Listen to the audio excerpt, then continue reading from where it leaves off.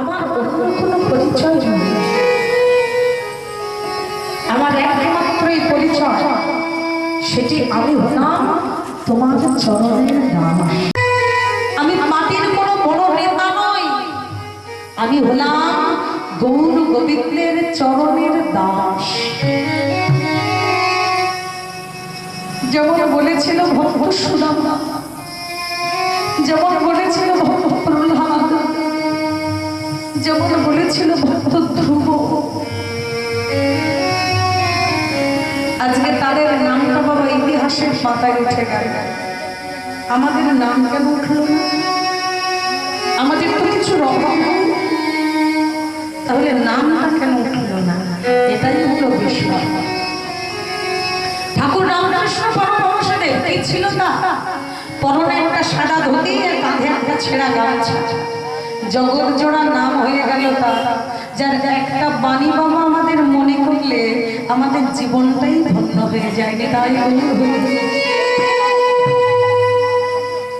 স্বামী বিবেকানন্দ, সে তো আমার ঘরের ছেলে, সে তো আমাদেরই ঘরের ভাই, আমাদেরই বন্ধু। তাহলে তার নামটা বাবা ইতিহাসের পাতায় উঠল, আমার নামটা কেন উঠল না? এটাই হলো বিষয়। আসল কথা কি জানো না? আমরা ভগবানের চরণে নিজেকে সঁপে দিতে শিখি। ভগবানের চরণে যেদিন নিজেকে অর্পণ করতে শিখবে, সেদিন তোমার নামটাও ভগবানের চরণের এক কোণে উঠে যাবে। তাই গৌরব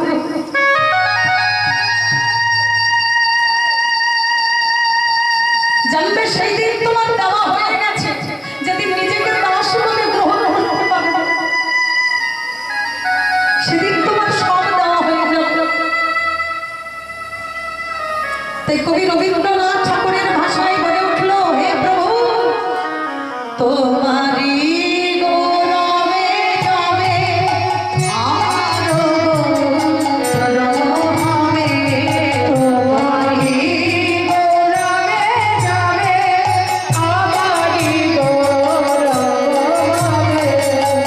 তবে সব বিরোধী সরা যায়।